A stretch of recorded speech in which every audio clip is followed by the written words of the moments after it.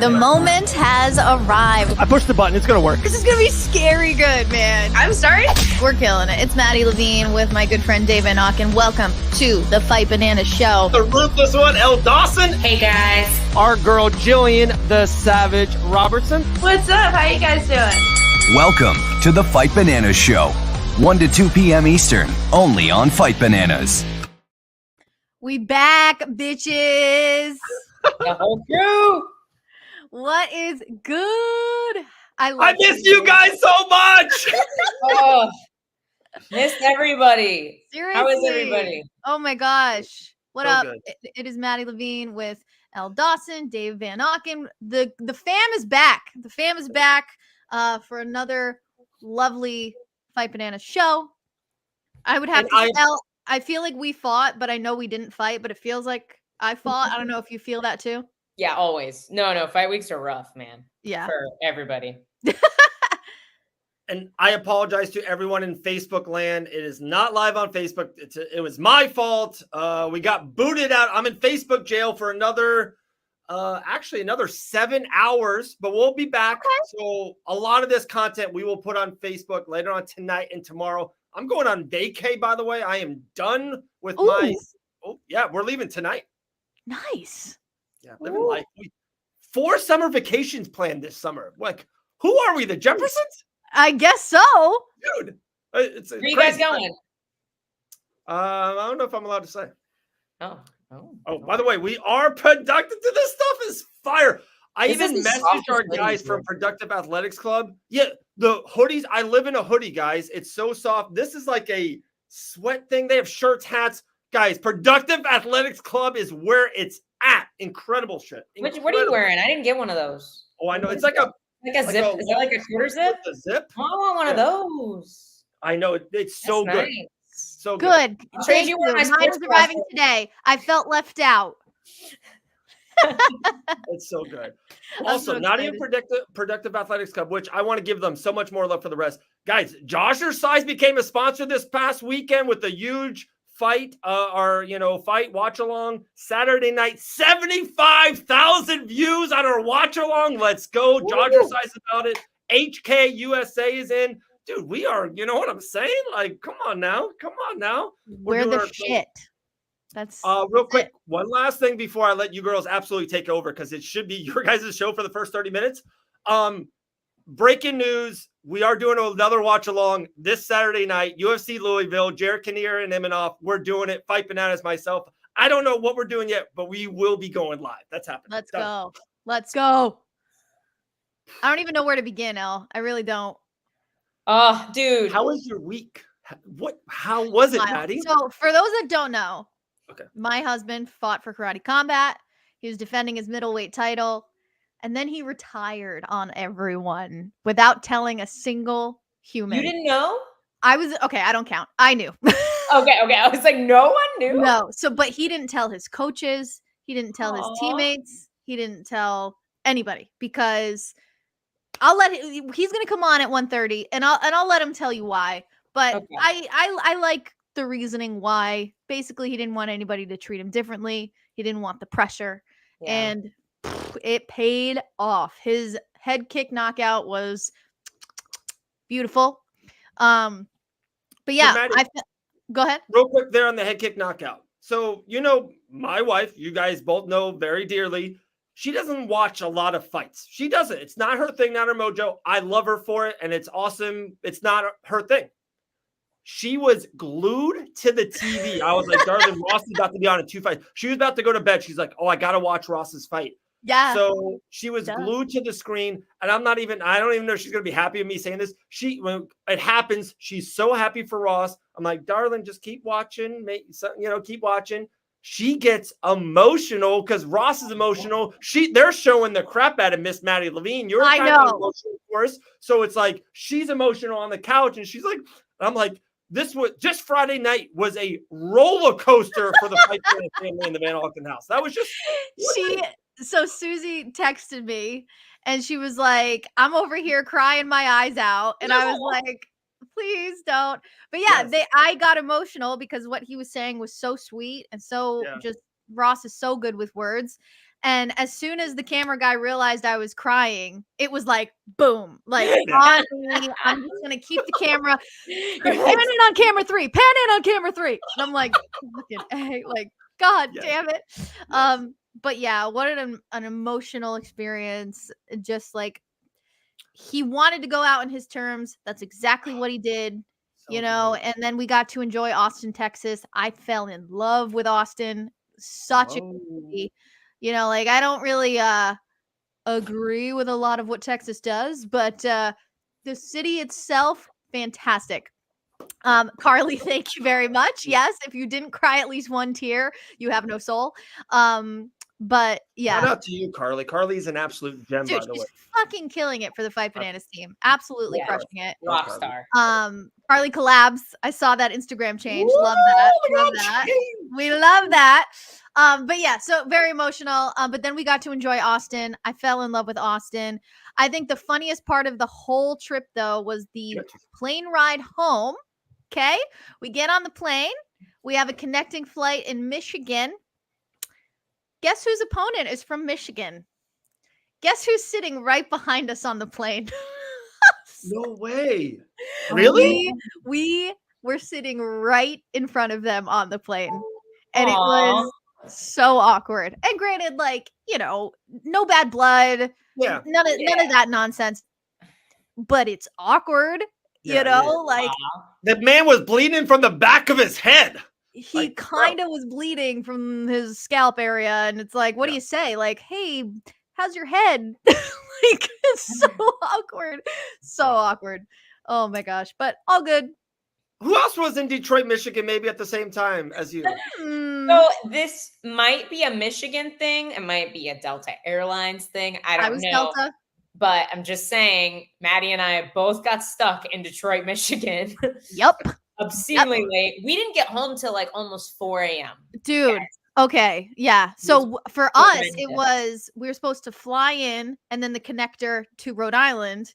But the first flight was delayed 25 minutes, mind you. It was only a 25-minute delay. You missed your connecting flight? And we still missed our connected flight because we were stuck on the tarmac for like 45 minutes. So we had to stay over in Michigan. I don't know if you guys had to stay over. No, we didn't. They said there was something wrong with our plane. So no delays on the first flight. We're like on our second plane. We're ready to go.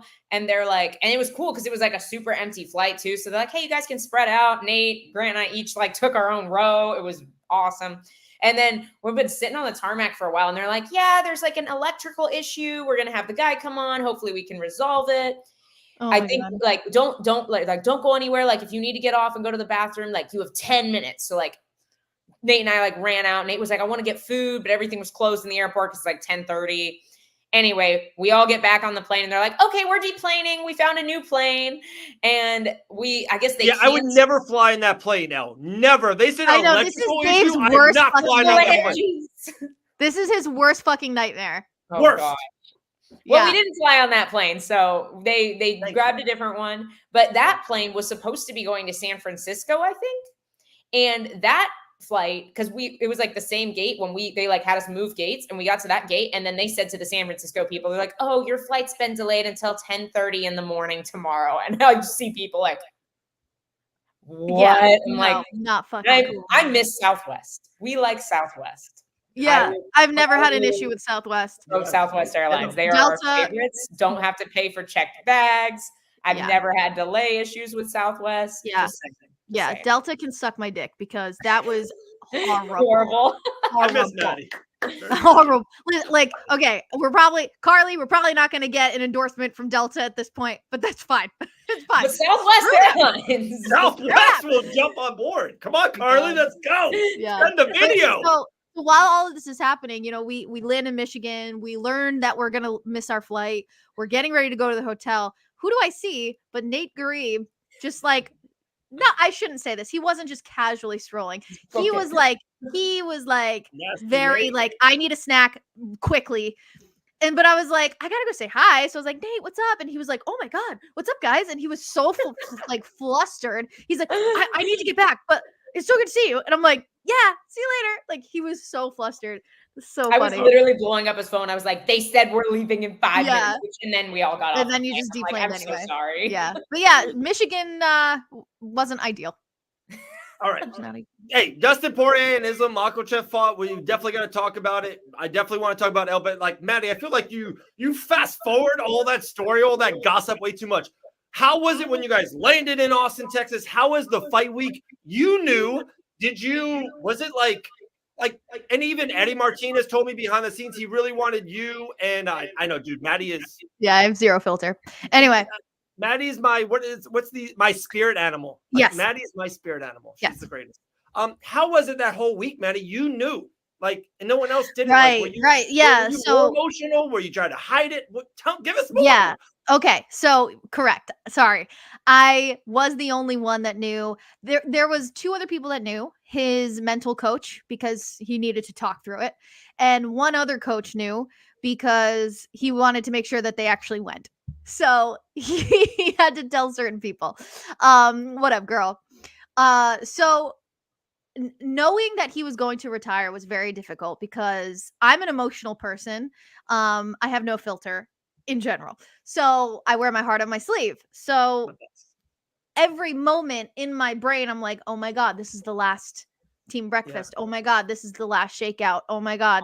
So it was very hard for me. I'm getting goosebumps right now to kind of push that down and just be present. But it did allow us, both Ross and I, to be very present. And we were able to just really soak in the whole experience. And Ross will probably share this with you too, but during his shakeout is when it finally hit him that this was real and this was really the last one. And he got pretty emotional. And so our coaches were like, why the fuck are you crying? Because he's not that kind of guy. He's very I'm gonna kill you, right? So we had to come up. I forget what he said, but it was just really excited, something stupid, but having to hold on to that was a lot. And then knowing after the head kick knockout, I was like, oh my God, he got his moment. Amazing. Knowing that speech was coming. And I was just like, all right, Maddie, hold it together. I think I was legitimately holding my face. I was just oh my God. Oh my God. And I was standing pit side. Our coach is to the left of me. Our other coach is to the right of me. He walks over. He shakes my coach's hand and he says, this is our last ride. And my coach was just like, I'm behind you, man. And it was just, oh my God. I get emotional just thinking about it because it's this man has been fighting since he was 6 years old. Yeah. He'll be 37 in October. This is And just, I don't know if you know personally or you guys together, and I'm going to say this to Ross, I feel like how lucky you guys are to know, even dude, this whole week in the UFC, is it Dustin Poirier's last ride? Is it his last dance? All this. And you ready? They asked him afterwards. He still doesn't know. I know. He can't answer it the right way. It's Tuesday at 1:15. He still doesn't know. We don't know. Right. Dustin Poirier and his wife and his soul and his heart doesn't know. And I don't want to get so into it. I literally have goosebumps talking about it. It's amazing that Ross knows, and is fine with the result or how it ended. Of course, the ending was just literally icing on the cake. To get a head kick, knockout, walk away, and him just to do the look dude, that's I know.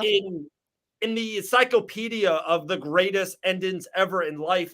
Dude, how you guys are so lucky to have that ended. Any movie, any TV show, stuff never ends great. Right. They don't know how to end stuff. He ended it the greatest way possible. It was amazing. Yeah. Amazing. It's we had so many conversations about it and talked through it. And he has so much fight left in him. He didn't have to retire. I think he could have very much kept going and kept fighting. But he had a lot of goals that he wanted to stand by. And he wanted to go out on his own terms. He wants to open his own gym. We have so many other plans that kind of get put on hold because when you're a professional fighter, that is what you do. And so he's just ready for new stuff. And he even said, he was like, win, lose, or draw, this is my last one. And I think that's something that fighters struggle so much with, is saying goodbye to something that they have dedicated so much time to. So I commend Ross for being able to literally walk away. Because not many, like I don't think many people could have done that. So he wanted to make sure he left on his terms. Yeah. So he knocked the kid out and did that. Crazy. Elle, we're going to you literally in 30 seconds. But guys, real quick, guys, Ross Levine's coming on at 1:30. Grant Dawson's coming out at 1:45. Gillian Savage Robertson's coming on at 2 p.m. Eastern. Cam Arnold coming on at 2:30. If I can kind of pull that curtain back real quick. Cam hit me up and was like, dude, it's so cool to be on this poster. He has so much respect for Ross and what he just did. Grant is 9-1 in the UFC. Like, people don't understand how good Grant Dawson is. Gillian's got UFC records. And it's just like, Cam's like, dude, it's awesome to be on this poster. I'm like, no, brother, you deserve it. I know Cam was awesome on the show. First round knockout, NEF. He's fighting again. So I'm just so pumped for him. Anything that Fight Bananas can do to elevate people, I'm super cool with. What's up, Ryan? How you doing, brother?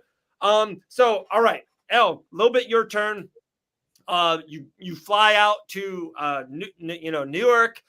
The whole Poirier thing is kind of in the background. I saw so many great pictures of Matt and Nasty Nate, and like all this stuff is there. All these things are happening. How was the week? I know you told me stuff all fair. Of course, we don't have to go that route of some stuff, but how is the week? New Jersey UFC pay-per-view. John Anik saying what's up. Aaron Bronster saying what's up to Fight Bananas. Tell us all the gossip. Slow down. It was wild. I have so much content. Like, I didn't post.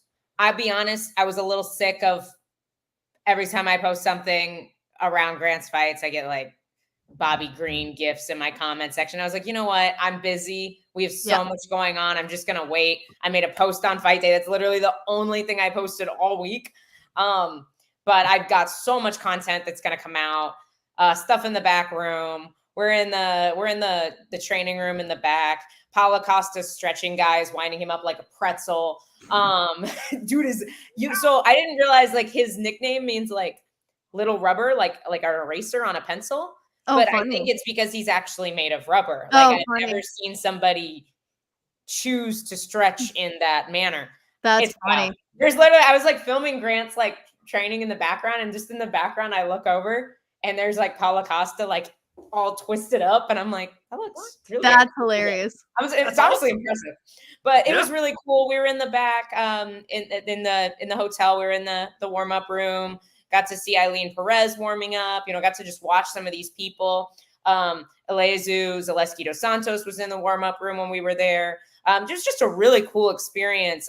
John Anik knew my name. That was cool. I love John. He's always been so good to me. But like he waved at me, DC waved at me. I don't think he knows who I am, but I'll take it. But he waved. It was dope. He waved. It was super dope. Sean is asking why we are not live on Facebook. Sean, we are in Facebook jail. Dave got us in trouble. But we'll be back. We just like 7 more hours of Facebook jail. We had so much views. We literally, shut Facebook down. We were so packed Saturday night because of Grant Poirier was fighting, and we were live. They shut us down. That down. But Sean, hook us up on YouTube, man. We're building YouTube up over here. We'll be back on Facebook tomorrow. All this content will be on Facebook tomorrow. I'm sorry, guys. My bad. Anywho, but it was a great fight week. I will say this. I hate New Jersey. Never, ever in my entire life want to go back to New Jersey. You and the rest of the world. Yeah. What was it for you? Like, why does anybody want to live there? You know the nickname, right? I've heard like the Dirty Jers. Well, that, but it's like the armpit of America. I heard it was the devil's asshole. My dad has like friends and family in like the nice there are nice parts of New Jersey. Yeah. That looks really nice. Newark though, oh my gosh, I will be so happy if we never have to go back there for a fight. Yeah. It just, the traffic, the cost of the Airbnb compared to like when we fight in Vegas, the cost of the Airbnb is double, and it was so much crappier. Like it was so much crappier. It was in a bad neighborhood. Like, and we spent double what we would on a beautiful, safe neighborhood mansion in Vegas. Like it's just, It's wild. Yeah. The difference of life in Newark versus like South Florida. Like I just couldn't. Oh, I'm sure it's night and day. Yeah. I couldn't wait to get home. So it's like, yeah, we were not a fan of Newark, but other than that, like the fight week was great. Media week was really cool. I've never been around a pay-per-view media week. I've been to like media week with Grant at the Apex. This was just totally different. Like, so like we ran into Aaron Brinstetter from Sportsnet. Super nice guy. He's on like, it's like Canada's ESPN, super great dude. Go check him out. But yeah, it was really cool. Just like getting to kind of see what everything was happening, just kind of be a fly on the wall in the hotel. Sean Strickland is enormous. Like I forgot he's been to ATT and I've seen him in the gym, but for some reason he looked so much bigger at the Fighter Hotel than I've ever, like, I was just like, what happened? Well, I guess that makes sense that he's like taller or wide. He's tall, he's definitely wide. The shoulders. Like, Paulo Costa's a huge dude. Sean Strickland made him look small. Wow. It's nuts to see them both. Like we saw Costa in the like workout room and stuff, and he's shredded.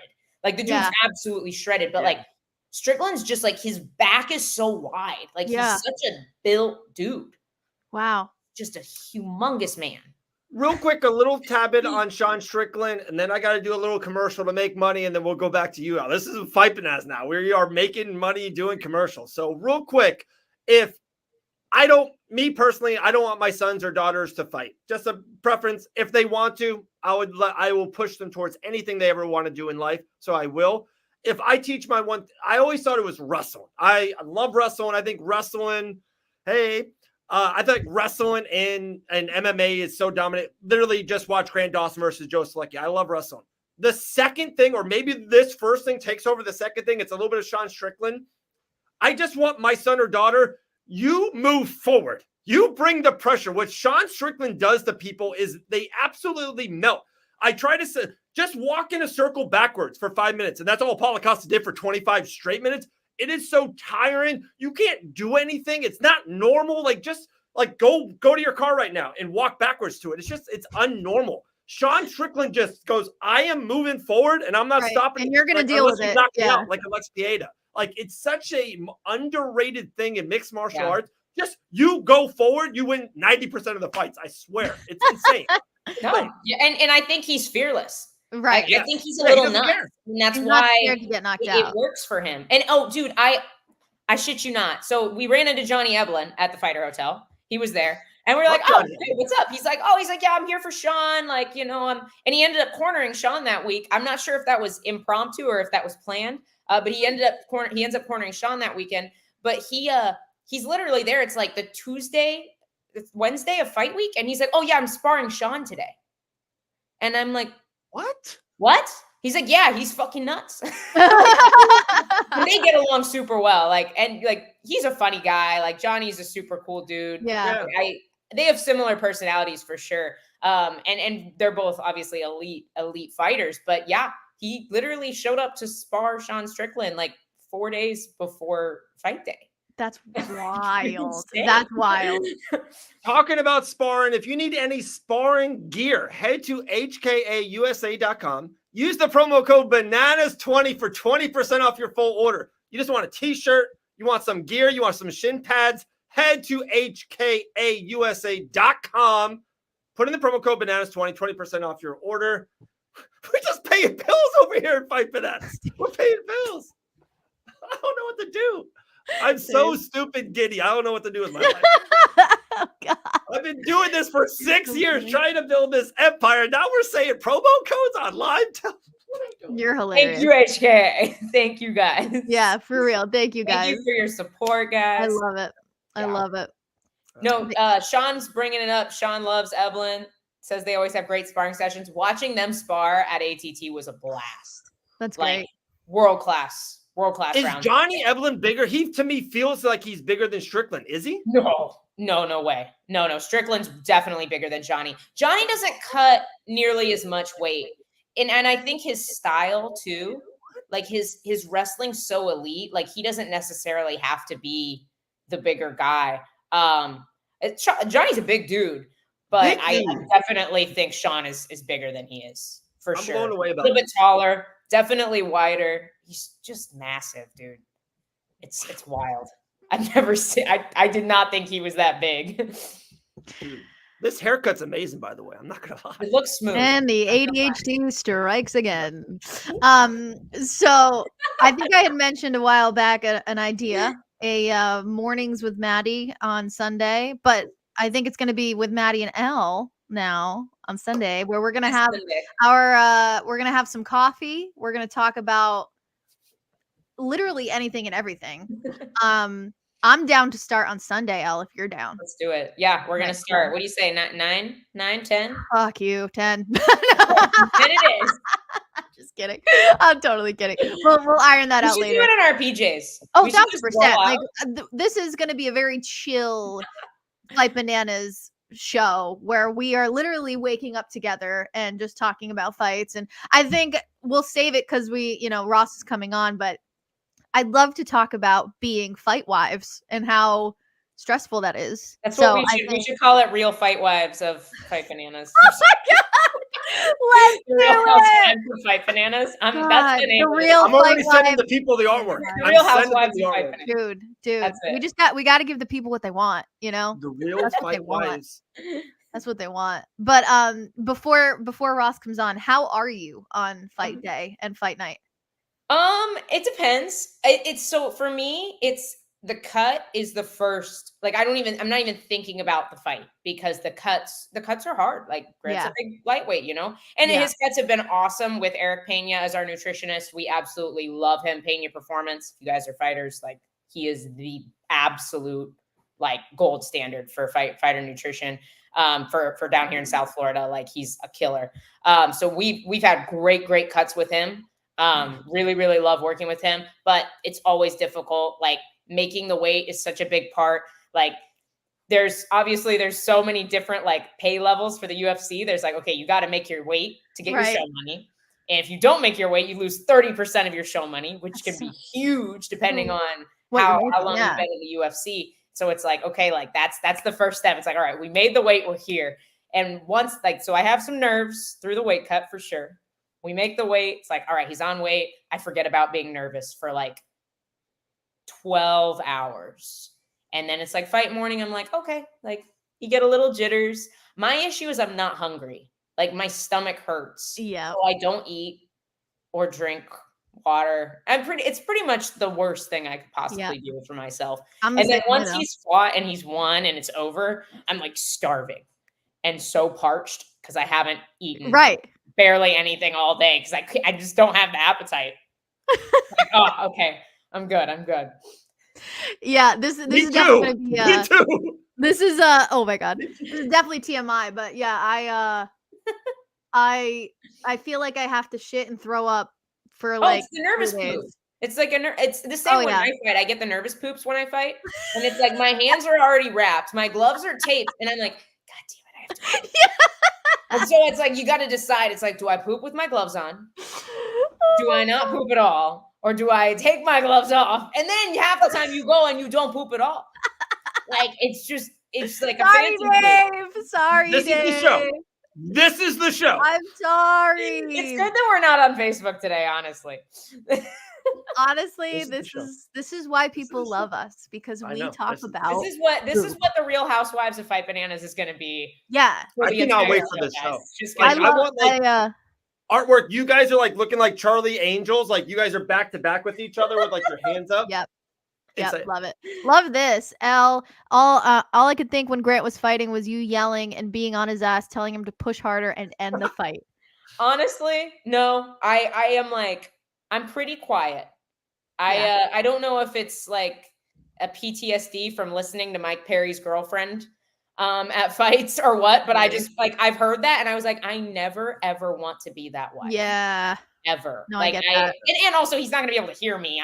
The UFC ain't giving us cage side tickets. Like I'm in section 5, right, like 80 rows up. Like he's not gonna hear me anyway. Right. Like, yeah, when he walks out, I'm like, woo, yeah. But other than that, I'm just kind of locked in. I'm pretty quiet while he fights. I know he can't hear me, and I don't want to be that wife.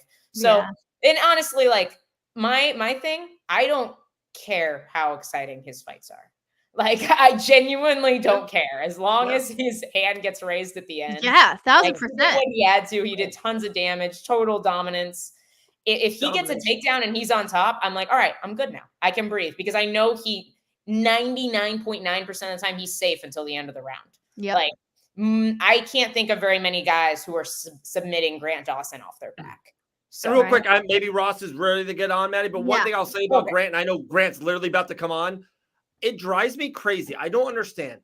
They start the round standing up, and it's a 5-minute round. It's not like it's an hour-long thing. It's a 5-minute round. If Grant works really hard to get the other man who does not want to be taken down, it is no one's job to be like, oh, you guys need to get up. Like, Grant was absolutely dominating, striking, punching him, going for a submission every now and then. That drives me crazy. And they're like, oh, they should stand those guys up. It's like, why? They're working. Like, They're working. If we're playing a football game and one team is running the ball down the field, they should be like, no, guys, during the game, you should now throw the ball. No, like, you just do whatever you have to do to win the game. Like, I don't understand that. And I think something everybody forgets too is a big portion of those positions being stalling positions is not even on the top guy.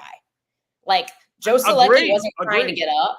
Yeah. He was very rarely trying to submit. The dude literally grapevined him from bottom guard. Like, that is I've accepted that I'm going to be on bottom and I'm going to hold you here position. That is not an offensive or even defensive position, to be honest. It's just a stalling tactic. Mm-hmm. So it's like, this guy's just trying not to get finished. People don't realize how incredibly difficult it is to, get a finish when a guy isn't trying to win.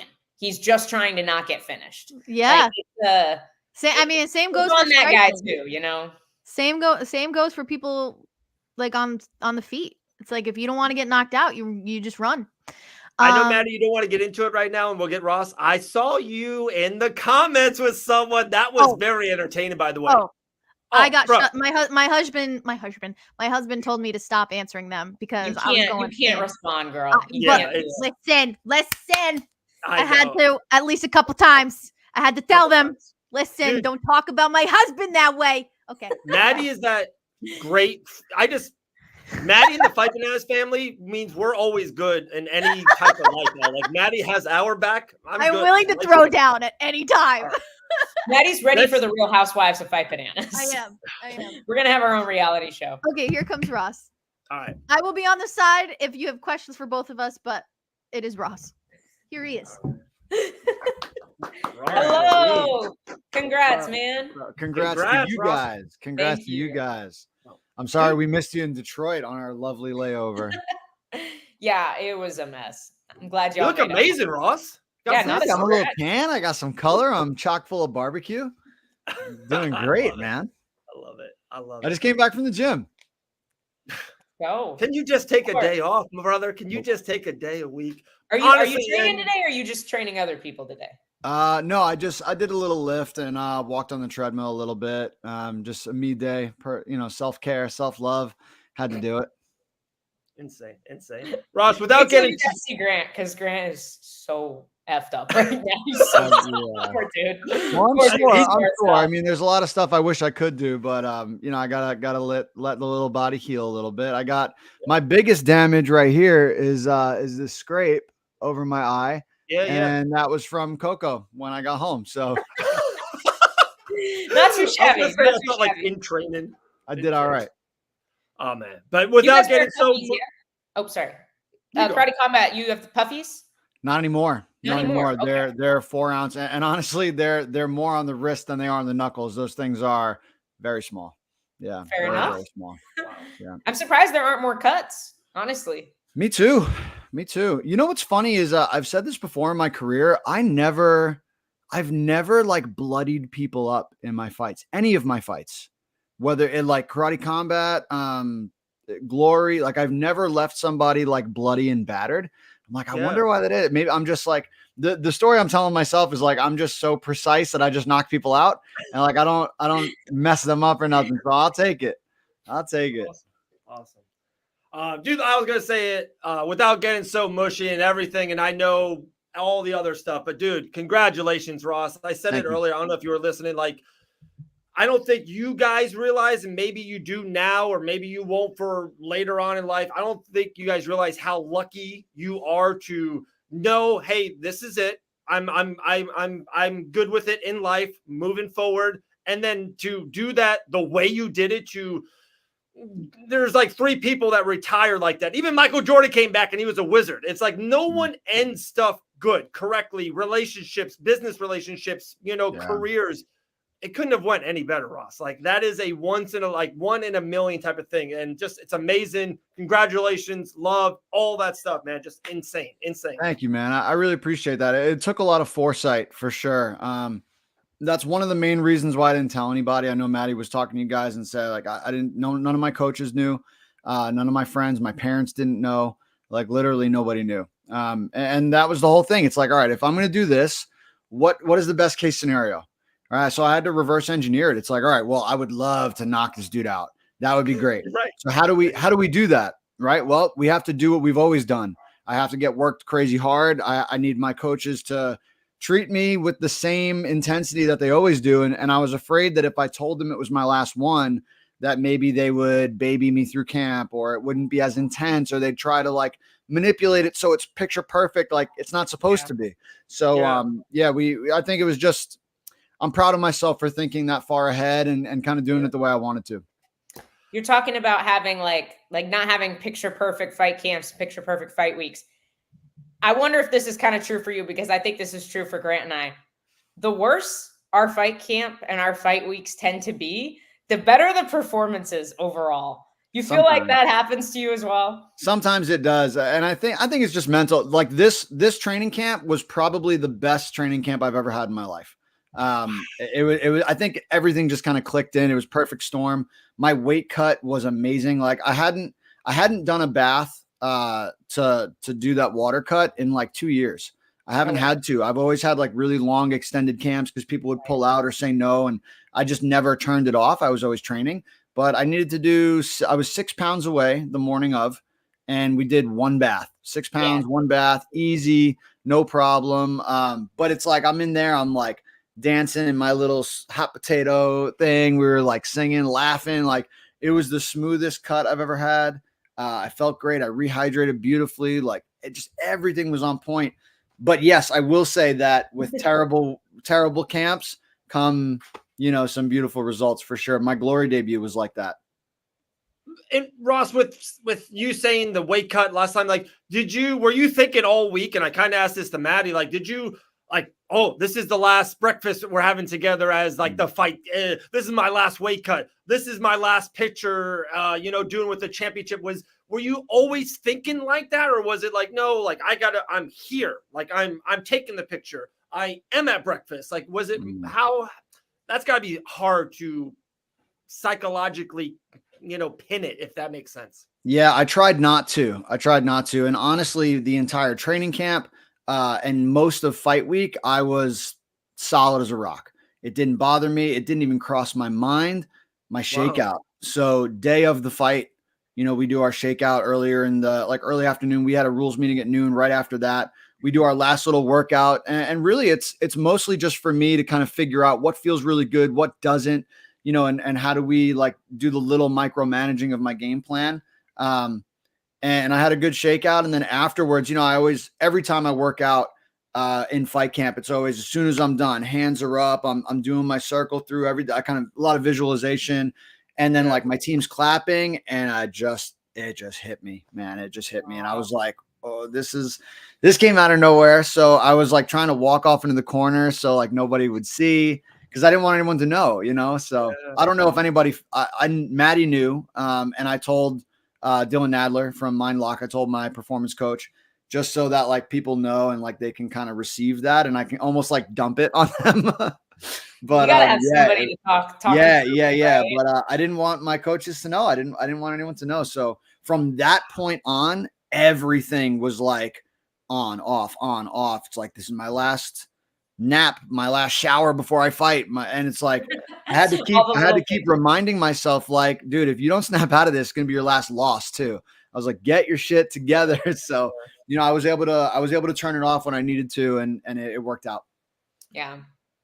I got one more than Elle, if you got something for Ross. How was it? I know you had a great relationship with the the president before with an Adam, and it seems like to me you're definitely one of the pillars of kind of the original Karate Combat, if I should could say. Then there's been this big transition, President Awesome, and a lot of their stuff, IEFC and the Pit series, and so much is going on. And you kind of ended it there. How was it the whole week? Was it like, man, okay, is there a lot of things they're doing that you love? Is there a lot of the things you're doing? It's like, hey, I would maybe tweak that. How was it just kind of, you've been in both parties. You've been Republican and Democrat. You've been on both sides of it all. How was this, Karate Combat 2024 summer? Yeah, it was fine. I mean, I think the biggest mistake that I made was when I fought in December in Vegas. I had projected and imagined in my mind what Karate Combat could possibly put together. Like maybe they were going to do stuff at the Sphere. Maybe I anticipated the media day to be huge because the UFC was the day after. Like I just put all of this in my mind. And when it didn't happen, I was like really let down. I was really let down by that. And that's my fault. That's not Karate Combat's fault. I mean, they do what they do and it really shouldn't affect me. So what I promised myself this camp is like, knowing that it would be my last one, I wanted to make sure that I was responsible for my fun. So we just planned a lot of stuff with my team. I just hung out with my team, my people, my friends, so it was just one of those things where I didn't really give Karate Combat the chance to, rain on my parade. I did my thing and it turned out it was fine. I mean, the press conference was cool. The venue was sweet. The IFC, I got to say, was actually pretty hilarious in a good way. Like, I think it was a step up from the last one. They had some big influencers. And then I got to take the time and put a huge shout out to, the platinum sponsor of Karate Combat, Squid Grow. They decided to sponsor me as well. And I was super grateful for that. So getting to meet Shibtoshi, the guy with the gold mask. And He's then and then like getting to be a part of that. And like, they had me do the face off at the IFC in consensus. Like I gained so many new fans and got to meet new people. Like it was really, really cool. So it was just an extra cherry on top for me. So that was really sweet. But yeah, I mean, I'd say, I have a good relationship with everybody. I treat everybody the same and I expect that back to me. So, I think it was just business as usual for me. Awesome, brother. Awesome. Elle? Yeah, I'm curious. You said you planned a lot of stuff through the fight week. So with Grant's fight weeks, they're pretty like low key. He wants to be at the house. He's pretty chill. We swung by like Dustin's Airbnb a few times because we were sharing coaches. So like I was picking up Mike Brown. There were like 15 people. I might be exaggerating. There were a lot of people in his Airbnb. He likes having like a lot of people there. He has Gamrot there. I don't know if you've ever met Mateusz Gamrot, but he is like super loud and really fun and chill. And babe, just Grant's in the green room. Just come in here and take my seat for your interview. You can do that. He's just hanging out on our porch. I don't know if he can hear me, but he's just chilling. Okay. Anyway, they had, like Gamrot's like this super loud character. Like that's who he is. Like he likes having a lot of things going on around him. He likes the distractions. Are you one? Do you need the distraction, or are you like, I like to be like zoned in on just what I'm doing? Like where are you at on that spectrum? Yeah. I mean, I think every camp's a little different. Like sometimes I need a little bit of the distraction and sometimes I just want to be on my own. So I don't know, this week, it was more of, it was a healthy balance. Like I know, like, my coaches like to do their own thing too. Like Jake likes to get up and he'll go for a run and he'll go to the pool and he'll go to the gym, and sometimes he'll go downstairs and just like have some coffee by himself. I'm like, yeah, let me come with you. And I would just kind of go around, and I just wanted to be around my team is really all I wanted. We went to the mall one day, we hung out outside a little bit. Like it was cool. I'll go with them to like their breakfast. We'll still organize like a team breakfast, even though I can't eat anything. I'm eating my own food. But yeah, I just like being around my team. We're such a close-knit group that I wouldn't really say it's distraction, but it's just what I love to do. I just like being there. So, and again, I didn't want to give anyone else an opportunity to make or break my week. I was going to make sure that I was in charge of how good I felt. And we did a damn good job of that. That's awesome, man. Congrats Ross, again. Thank you. Yeah. Congratulations on everything. I got one last thing for you. I know we got Grant coming in. It's awesome. It's a great We can overlap the boys too. They can just absolutely. We've never met. Oh, dude, we got to do that, like, for sure. My last kind of thing for you, and I think we've talked about it a couple times, but now we are kind of weirdly here. Where's Ross Levine in 2025? Do you want to stay absolutely connected to the fight game? Dude, you know how much respect I have for your wife, and even when you were commentating for Karate Combat, you were like, hey, if there's a spot on that desk that opens up, you would love to do that. Do you want to do the Ross Levine podcast? Like, what do you think is a great 12 months, 10 months of you going forward in this space? Yeah, I would love to stay connected with fight sports in general. I mean, it's just such a passion of mine, whether it's commentary or analyzing or, interviews, like whatever it might be. I don't know if I have the capacity right now to run a podcast. I know how much just watching like what you guys do and seeing how Maddie is navigating that space. I know how much time and effort it takes. And with my business and then trying to still be involved, I know how challenging that is. Maybe that's something that will develop over time. I do want to start putting a little bit more effort into my own YouTube channel, just maybe doing like tutorials and stuff like that, where I can start blending the PT and my striking and things like that into that. So I have some ideas there. I've already spoken to a couple of the producers at Karate Combat that they're very interested in keeping me involved. So we'll see where it goes. Again, I really don't have any plans. I know certain things that I want to do. I want to take that time that I'm not developing into, I'm not putting it into competition I'm still training. That's never, obviously I just got back from the gym. I'm still training. I still want to get better. Martial arts is in me. That'll never stop. You'll never see me be the fat guy with the black belt, McDojo out of shape guy like that. That's just not me. So, I want to start developing some different things. I want to eventually open up a gym. I want to develop my program even further and really like just make my strength and conditioning, my rehab program, elite even more than it is now. So I have a lot of goals, Maddie and I are talking about maybe relocating, so there's just so many moving pieces. I know. I keep hearing that. Low rider. But yeah, we'll see. We'll see. We just have so many cool ideas. And the beauty of it is I can finally put time into it. This is stuff that I've always been dreaming of. I know where I want to be, but it's almost like my fight career has stopped me from doing that, which I'm not mad at. I'm super passionate. I love it. Part of me wishes I can keep going. And I can, if I really wanted to, I could, but there's just so many things that we really are passionate about. And I'm excited to like put my time into that. Like I said in my speech, I want to be a world champion at a lot of different things, not just martial arts. So it's my time to dive into that. And the coolest part is Maddie has never experienced me as not a competitor. That's amazing. So I can't wait to like see where our relationship goes. Yeah. And maybe she'll be sick of me. I feel like I'm going to hate him. She might. I'm just kidding. Ross is the best. And like I said, Ross, I think you totally missed it off air. Dude, Susie is not a fight person, never has been. And I love that. It's a strength of our relationship. She was hooked into your fight. She did not want to miss it. And of course, she was one of the millions that was crying when you were giving your amazing speech. She's like looking at me like she's all into it. It was amazing, man. I just can't thank you enough. Respect you so much. Congratulations on everything. And I'm so damn excited for anything in the future. Like I said, I know it goes both ways. If either anything you ever need from me or us or this, let us know. We'll have you in a second. You know what I mean? Oh, yeah. Absolutely have you. I'm down, man. That's going to be good. Well, let me meet Grant Dawson, Grant Dawson. Let me meet this guy. Come on. It's your turn. Look at it. Just the bros. This is what I like, man. Boy talk. Yo, what's up, man? What's up?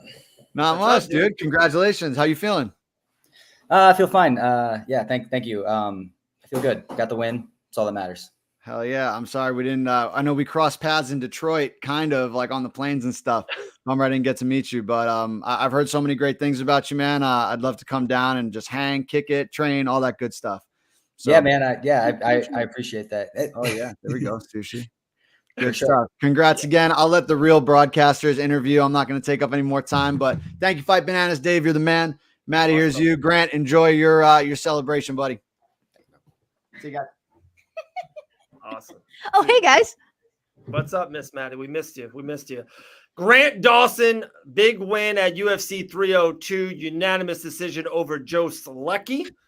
Grant, we talked a little bit yesterday off air. We'll keep that off air, my man. But how's the body feeling today? Are you feeling better today than you did yesterday? Yeah, I'm feeling better every day. Yeah, I'm a little banged up. I got a doctor's appointment today, and yeah, I'm a little banged. This win is weird. This one's it's a weird experience. It's a weird one. Real quick, I'm gonna take a left turn off of you for a second, Grant. I know Maddie's got 2-3 in the chamber for you. How was it this whole week with Poirier and the whole team and Brown and Thiago and Gamrot? And it seemed like it was a very cool connective tie. And then, Dustin, it was insane. That fight was a roller coaster. I don't know if you watched it live or in the building or out of the building, whatever. How was it to see him? And did you talk to Dustin at all afterwards? How was that kind of camaraderie going? Yeah, it was really cool. This whole experience was really, really cool because I got to see what a champ camp looks like. Yeah. I have aspirations of being a world champion someday. That's always been the number one goal. And it was nice to be in an actual guy that has not only won the interim belt before, but fought pretty much every single world champion in this weight class and the weight class below us, to kind of see how he prepares for the biggest fight of his life. And then you could really see in the fight that his preparation helped out. And he only had 6 weeks. He had 6 weeks to get ready for Islam. And as you know, that's really only 5 weeks. So because you have fight week in there. Yeah. And he did amazing. He absolutely pushed Islam to the brink. Could have been 2-2 going into the fifth. I haven't seen the scorecards, but yeah, one scorecard had that, Grant. One scorecard had 2-2. The other two had 3-1. But one scorecard had 2-2. Yeah, and even a 3-1, crazy things can happen. You can hit some knockdowns, and now we've got a 10-8 round, and it's kind of weird. I think if you score it from a competitor standpoint, Islam probably was 3-1. If you score it from a who would you rather be damage wise, a choke, of course, you'd probably give it to Dustin, right? So it was really cool seeing all that, and then I got to see him after my fight in the back, and it was a really great experience. That's awesome. I think a lot of fighters are satisfied with just getting their hand raised. It's a win. A win is a win. I'm in the UFC and a win is a win. But you don't seem to be like that. And I think you expect a lot from yourself. And I think that's what will make you a future champion. But what is just not sitting well with you for this win? One of the biggest regrets that I have in my life was not setting my goals high enough in my senior year of wrestling. I had 3 major goals in my senior year of wrestling. I wanted to place at state. I wanted to have a winning record, and I wanted to place at every single wrestling meet that I went to. And I got all 3. And I just remember getting off the podium, 6th place at state, and saying to myself, man, if I had just set my bar a little bit higher, I could have done so much better. And walking into the Joe Selecki fight, I told myself, I don't care if I win a split decision. I don't care if I knock him out in 10 seconds. I just want to win this fight. And then I get done, and the first thing I thought was, man, I should have set the bar higher for this competition. So it's not sitting great with me. Usually I'm high as a kite on the endorphins after a fight, and I'm just not feeling it after this one. So, we got to get back at it. I need that purpose back in my life. I need to set the bar a little bit higher for a fight. But at the end of the day, I brought home 2 paychecks and we're about to buy a house. So hell yeah. That's 2 negatives make a positive, right? Like something like that or whatever it is. Loved that you called out Jalen Turner as well. I think you said he beat the guy that beat me. So that makes sense. How quickly would you like to see him in the cage? Yeah, I don't really know. We have a vacation planned at the beginning of July, and then I'm pretty sure after that, all I've got is maybe buying a house, maybe putting a baby in Elle. I'm not sure. I would love to see Elle's face right now. That's news to me. No. Yeah. So yeah, I'm ready to go as soon as we get back from that vacation. I'm ready to go. I need to heal up a little bit. I got some bumps and bruises. Those are all fantastic plans. I think Grant. This is a good one, Grant. Yeah, I got to go back to the plans. I think Grant has gained a bunch of fans through Fight Bananas because how Grant Elle is. I love that. How great Elle is. Yeah, that's so awesome. Yeah. Yeah, she's all right. She's all right. Yeah, you guys don't see her when she's hungry. Oh, that's fair. That's fair. Actually, one time. I think I had one time. Yeah. Right, I mean, like nobody's nice when they're hungry. Yeah, that's true. What is the biggest difference for the new gloves? I know you said you liked them, but some people seem to hate them. Well, it was just Strickland.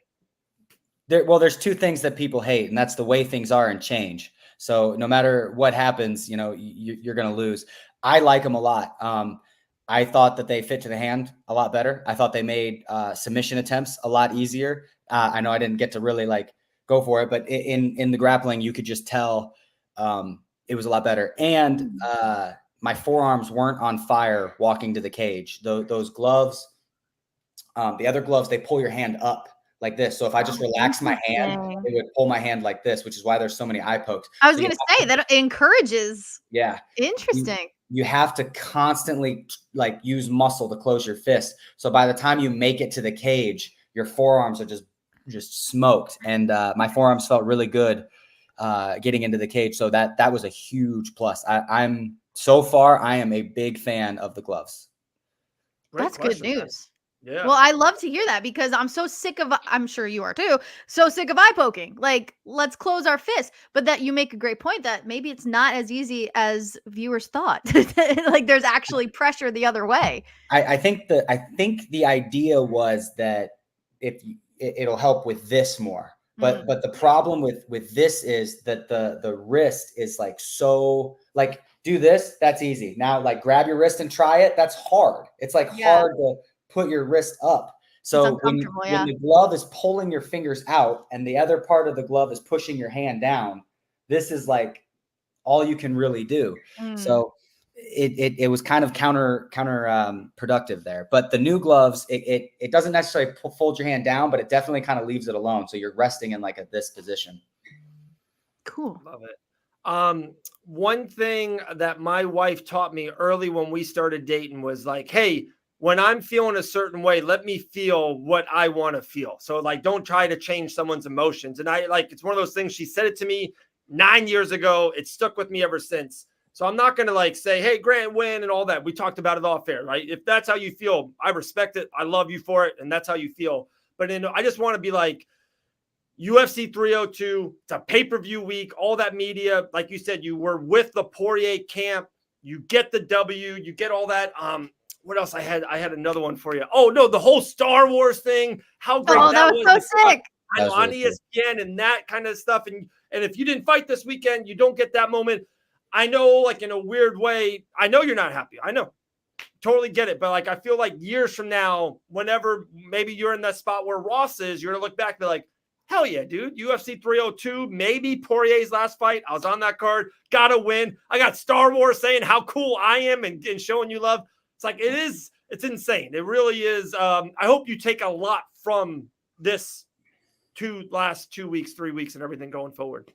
Yeah. And I mean, kind of to build on your thing is, I was kind of feeling it last night. I was kind of feeling a little down. I was kind of feeling a little depressed. And I kind of thought what you just said was, it's just, this is how you're feeling, feel it. And yeah, I'm not so sure if I agree with it. I think you get what you feed into. So if I start feeding into this poor me and man, I think it's just going to get worse. I think I just need to get over it. Dude, this sounds crazy. I feel worse about this fight than I do about the Bobby Green fight. Wow. I had a pretty chipper attitude after the Bobby Green fight. But this 30-27, Joe Selecki. Dude, Joe Selecki's a vet, been in there multiple times. He's got good wins too. He's got really good wins. And I know someone put it in the comments, and you and Joe might be friends after this, so I don't want to be negative towards Joe, but it is true. That says you absolutely ragdolled Selecki in that fight from one of the comments. Like I said, you guys are probably cool, probably whatever. My point is, it's hard to win in the UFC, man. It's hard. And you're 9-1-1 in the UFC? Yeah. Casual NBD. But I think this just goes to show It's insane. There's levels to this shit, right? Like some people are just so satisfied being, oh, I'm on the UFC roster. But then there's an elite group of fighters that are like, no, I'm better than that. And I wanted to be better than that. And I commend you for that. You know, it's like so many people would just be like, oh, I won. All right. Whew. So I like my friends and family, we always go by the 24-hour rule. 24 hours, you can piss and moan and be sad, and then you can get over. So you're the 24 hours is up. I think the biggest like thing for me is you know there's guys like Bilal Muhammad and I think Mofsar is kind of in that boat where they've been branded as a boring fighter. So no matter how many times they win, no matter how many good guys they beat, no matter how exciting their fights are or aren't, you know, they're always branded as this boring fighter, and it just makes it so much more difficult for them to get title shots. And I just don't want to be put in that slot. I don't really care what the fans think. I don't really care what I don't really care what the critics have to say or any of that stuff. The people I care about are Sean Shelby, my coaches, and my family. Yeah. And I've been told that all three are happy with me. So I should be happier about it. The only thing is I don't want to be on another 13 fight win streak without a title shot in the close distance just because I've been branded as this boring fighter. That's fair. That's fair. Well, Gillian's coming up. We just got a text from your wife, Grant. We know you got to run. We always appreciate you. Appreciate your time. Always, brother. Man, we'll talk soon. And yeah. Can't wait to see what comes first, a baby or a house. Well, it has to be a house. Definitely a house. It has to be a house. Yeah. Maybe which comes first is an Elle fight or a baby. That's yeah. See, that's what I'm here for. Love that. I'm only in control of one of those. Love that. All right. You guys are the best. Later, bye, Dawson. Guys. Thank you, guys. See ya. All right. UFC superstar Grant Dawson and our Elle Dawson's leaving away. Another UFC superstar is joining the show. Oh, Maddie, do you have to leave? Or are you okay? I do have to leave, but let's say hi to Gillian first. Okay. All right. So UFC record holder. We're going to add to our record of UFC 303, the one and only Gillian the Savage Robertson. What's up, G? What is that? Only a couple weeks out. I'm hyped. It's close. It is close. Super close. So like 3.5 weeks. I'm marking off every single day on my calendar. I need like one of those little the advent calendars you had when you were kids. Except now mine's just like my morning pills, you know. Dude, you're looking shredded right now. I appreciate it. This weight cut has been like, you know. Yes, look at that. Shit. Okay. I'm gonna keep mine down. Gotta put them away. I'm like, this weight cut has been going probably better than anyone has went before. It's on the same track. Yeah, exactly. It's on the same track as I was with my Pierre Rodriguez one, where the day before I sweat 2 pounds. So I'm like, yeah, that one went ideal, and we're on that track right now. So it should be perfect. Oh, that must feel so good. Oh, yeah. We were just talking to Ellen Grant about this. It's like trying to get on weight is so stressful. And then it's like, okay, that's the first victory. Now let's get the next one. And it's like when the weight cut is going well, it's like, okay. Yeah, don't even have to think about that part. Yeah. Just so focused on the fight now. And it's like, I feel like I am just more than focused on this fight. I'm just so excited for it. I haven't been this excited for a fight in a long time. Amazing. I love that. Well, we got a ton of questions for you about it and so much more. But Maddie, you have to run, my dear friend. I gotta run. One of these days I can stay the full 2 hours, but until then, I will see you guys later. We'll see you. Good. Bye. Miss Maddie Levine. All right, Maddie's gone. Dawson's gone. Old school show. Just Gillian and I. This is old school Mike Cuddles coming back to life. I love it. I love it. So first of all, I do want to hit on UFC 302. There's so much I do want to talk to you about. I got like a lot of notes for you this week because last week we missed you. UFC 302. Let's talk about your friend first. Miss Perez getting a dominating win. I thought it was really cool. All the stuff we saw afterwards. I don't know if you kind of watched the fight. Like DC was like, are they going to hug? Like that was like the big thing at the end of the third round. Are they going to make up? What did you think of her fight, her performance, and everything you saw afterwards? I think Eileen went out there and fought her best fight. You know, she went out there and looked great. She got a good knockdown in the second round, I think it was. She was caught her with a spinning back fist, dropped Jocelyn Perez. Like that was absolutely insane. And then of course the celebration is the most important part of Eileen's fights. That's what everybody wants. A C doing that to the twerk? That's insane. With the trauma and the twerk, yeah. Yeah. I'm like, Eileen, just as herself, I'm like, you just have to understand that is just so her. Like, it's not an act. It's not anything. She's just a wild girl, and I absolutely love her for it. And I love everything about it. Eileen's amazing. I love it. I actually really want to go right back to her, right back to 302. Grant's on the card, Dustin's on the card, a lot of stuff. But we just got a really good comment / question, and you are literally fighting on that card. So to me, it's very valuable to ask you this. Have you heard anything that's happening in the UFC 303? A lot of crazy rumors are out there about Conor, him not fighting on it, the card itself. To me, there's no way the card can go away because it's attached to International Fight Week and the Hall of Fame and everything they're doing that week. Who knows? They might throw in Max Holloway in that spot, Volkanovski, for God's sake. Something will happen to that card. But are you hearing anything so far? What the hell's going on? I hope the card's not canceled. Right. As far as I know, it's still going on. Everything's going on. I have heard the rumors about Conor being injured. Unfortunately, I'm like, it would suck just in general if he is off the card. It's like Conor's such a superstar, brings so many eyes to the card. I keep on telling people, I'm like, I was getting my hair done, and my hairdresser, who's like a 50-year-old lady, is telling me, "Oh, Conor's on the card. I can't wait to watch it." I'm just like, it's just people who have absolutely nothing. Like, she will never watch another fight card in her life, but because Conor's on this card, she wants to watch it. I'm like, it just brings so many eyes. It's so valuable to have a name like that on the card. So it's definitely rough if he is injured. Yeah, for sure. Like, I just told the story twice now on it. I'm going to tell it a third time. So like Ross retiring, I knew a little bit about it. My wife stayed up to watch that fight because we have a connection with Ross and Maddie. They stayed at our house before. We're friends and all of that nature and everything she does for Fight has. And like Susie got emotional during that moment. So like back to the point of like where Conor is, like that's what Conor McGregor does to so many people. Like he connects, or he's so polarizing. You have to watch him, love him, hate him, or anywhere in the difference. Everyone's watching him. A 50-year-old, hairdresser is watching a Conor McGregor fight card. And of course, that just trickles down to everyone on the card, including yourself. If you have a big moment that night and Conor's on the main event, like you steal a lot of those eyes. Like all these casual fans are there. You choke out Michelle Waterson. Your name goes next to Amanda Nunes and Ronda Rousey and all this stuff. They're like, what? Like, you know what I mean? A lot of casuals start to put you on that pedestal where you deserve. So it's, I don't know. I don't know what's happening. I heard the same kind of thing. It's scary for at least right now. It is scary. Oh yeah, it's just not going to be the same if Conor's not a part of it. No doubt. I'm still hyped for my fight in general. Yeah, I feel of course. I mean, I was going to say, I feel like Michelle's a huge opponent in her own right.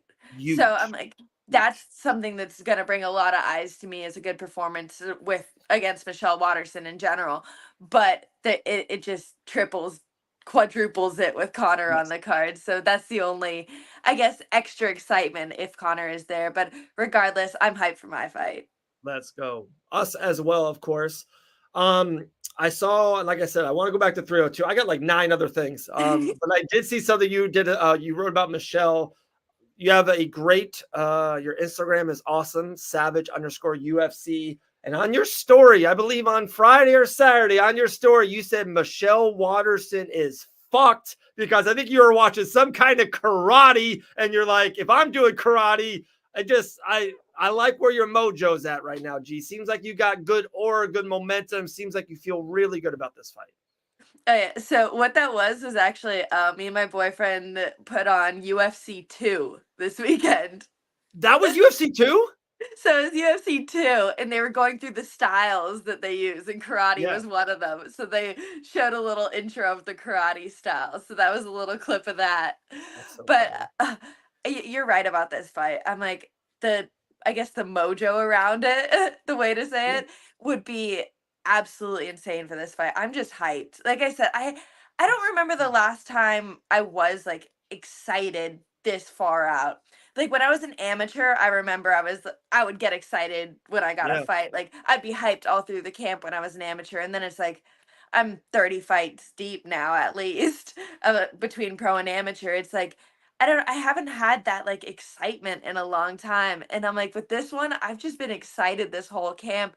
I'm excited to go in there. I really like it can't come soon enough. Like usually I don't get this feeling till like weigh-in day. And I'm here. I've been here months out. When you told me that it was Michelle Watterson 5 weeks ago, I felt that from you. You've been on a couple of times. I felt that from you. And then today to like literally quadruple down on it. Like you have a glow, like you have like a kid Christmas morning.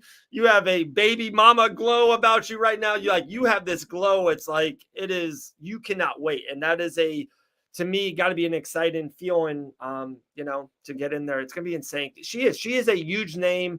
It's a great fight, great matchup. At least I believe in all that stuff. So it's crazy. All right. Back to UFC 302. Miss Perez wins the fight. Did you watch more of the card that night? I know usually you're not a 2 a.m. type of person staying up to watch fights. Grant Dawson for Fight Bananas, he won, dominating Joe Selecki. Poirier's fight with Islam was insane. Roller coaster, close as anyone's ever got, probably to Islam. Said his one loss. How was the rest of the card for you? Oh yeah, I stayed up till the co-main event. That's pretty impressive for me, I feel like. I stayed up till the co-main event, and then I fell asleep right before the main event. But and then obviously I watched it the next morning. Dustin definitely, I feel like, surprised a lot of people. I think I think I expected the vet in him to be able to drag it out with Islam. It's like Dustin is a vet, and obviously I think I said this on the last podcast, but I'm like, I feel like Islam's always like the bad guy coming in. So it's like everybody, he's fighting all the people's champs. He's fighting Oliveira, Volk, and Dustin. It's like nobody wants to see them lose ever. And Islam's just always been kind of like the B side on that. So I felt that 100% going in, but I also Islam is so freaking good. I just expected him to be Islam like he does. Yeah. So, well, I was just gonna say, Dustin definitely brought out the vet, showed who he was, and put on a great performance. It was insane. I thought the fight was so fun. And for me, at least personally, and I think the crowd erupted as well. There was a couple times where Islam got Dustin in a bad spot, of course, first round and round 3, and we've seen those before. And Oliveira and Habib stopped it. And it was great that Dustin lasted in round 1, and then round 3, that reversal. Like, I've never seen the crowd get that loud with just someone getting out of a like grapple and transition kind of like that. And then Dustin, that was his best moment. He went to town. That's where the elbow came on Islam. That third round for Dustin was awesome. Just a crazy fight, just a roller coaster. And of course we posted about it afterwards. Like, I know he's not great about finishing the story and winning a championship, but man, like, he is so beloved. You could say not even that by the fans and by everyone in this space of the MMA. You could just see how his wife looks at him, his daughter looks at him. You can see his family there, how he walked away. I'm like, championships come and go. Like, I know this sounds probably so corny and cliche, but like stuff like that, love and respect and all that stuff, like that lasts forever. To have that family, to have your daughter be like that to you, like there's nothing better. That's life. So it's pretty awesome. Dustin, regardless of winning or losing, has it all, has done everything. Oh yeah. Just looking like his daughter one is absolutely adorable. There's one video that went viral a couple years ago. It was after one of his fights, and he had a black eye, and she comes up, she's like, "Oh no, you got a boo-boo, Dad?" Yeah. And it's just the cutest thing in the world. Yeah. I absolutely love just like Dustin's family. Like, his family picture is just gorgeous. I love him as a dad, him as a husband, and I feel like that's what I feel like it makes them, I guess, whole. Like with Amanda, that's what I feel like I respect about her. She's just a good person in general. I'm like, I respect Dustin so much more because he's just a good person in general. You just see it around. Absolutely. Could not agree with you more. All right, more about you before UFC 302. I think it was actually last week, if I remember right. You went to Milwaukee, I believe, for Anthony Pettis Fighting Championship. You kind of cornered 2 people, or in that kind of CJ and Gloria, right? Yeah. How did that trip go? How was it? I saw you at David Evans and Cheeto. That picture looked dope and everything of that nature. So how was just that whole trip as a whole? It was a great trip. I went 1-1 in the corner, so CJ was able to pull off the decision win. It didn't go Glow's way, but it was a great weekend. And like you said, got to see David Evans again. I feel like he's family to me. I always love to see David. He was on the mic that night for APFC and absolutely killing it. I'm like, he does such a great job. I was like, just like fangirling on him on the outside, like, oh, look at you doing your little commentating and things. He was doing great. I love it. I love it. They had the two guests there, Cheeto Vera and Jose Aldo was also there. So it's like, it was such a cool event in general. I love that. It's I love what Pettis is doing. For one, just the events seem awesome, but he has this kind of knack, and regardless of how it's happening, right? But like he has this such a cool thing of like always inviting one or two, not even just like you guys or girls of UFC, like legends, like all-time greats. I think the show before it was John Jones. The one before that was Nate Diaz. Jose Aldo and Cheeto Vera, like that's awesome. Like that's so cool. Imagine being like, I would assume kind of a regional guy, a UFC Fight Pass guy. If you're like 3-1 or 4-2 and you're trying to make it through, and it's like, hey, I'm fighting for Anthony Pettis' card and Cheeto Vera and Jose Aldo's there. Like that's gotta be really cool for the fighter. Oh yeah, it was a whole it was called Fight Fiesta, so it was like a Hispanic themed. So they had obviously some of the greatest Hispanic fighters ever, and a bunch of great Hispanic fighters on the card as well. So it was cool to see. That's awesome. I love it. I love it. We got that. Michelle Watterson. Okay. This weekend, two names that I remember probably years and years ago, you told me one of these names. I think the fight didn't happen because of the opponent pulled out, if I remember right. But this weekend at UFC Louisville, Montana De La Rosa and Andrea Lee. Weren't you supposed to fight Andrea Lee and she pulled out? Yeah, she pulled out on a week's notice, and fucking we got switched. So actually Montana was kind of a part of that story too.